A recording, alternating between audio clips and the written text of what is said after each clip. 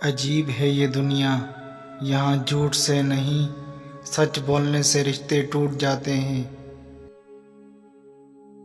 لوگ کیا کہیں گے، یہ ایسی گھٹیا سوچ ہے جو اللہ کا ڈر نکال کے لوگوں کا خوف ذہن پر غالب کر دیتی ہے۔ دوسروں کو سمجھانا مشکل ہو جائے تو خود کو سمجھا لینا بہتر ہوتا ہے۔ جاہل گفتگو کی بجائے بحث کو پسند کرتا ہے، اور جب اس سے جواب نہیں بنتا تو آپ کے خلاف ہو جاتا ہے۔ صبر کا ذائقہ کڑوا ہوتا ہے، لیکن اس کے نتائج بہت خوبصورت ہوتے ہیں۔ اکثر قصور ہمارے الفاظ کا ہوتا ہے جو سامنے والے کو ہم سے دور کر دیتے ہیں۔ زبان سے اتنا ہی بولیے جتنا پھر کان سے سن سکیں۔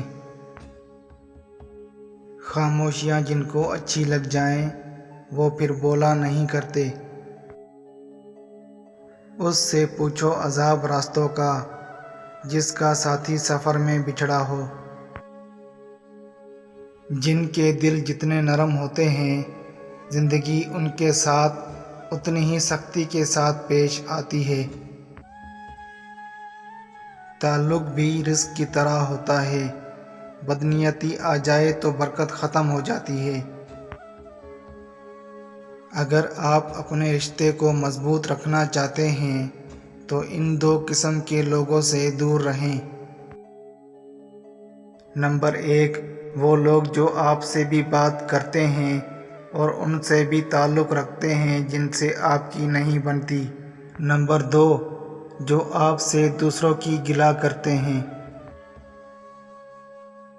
اتنی جلدی دنیا کی کوئی چیز نہیں بدلتی جتنی جلدی انسان کی نیت اور نظریں بدل جاتی ہیں۔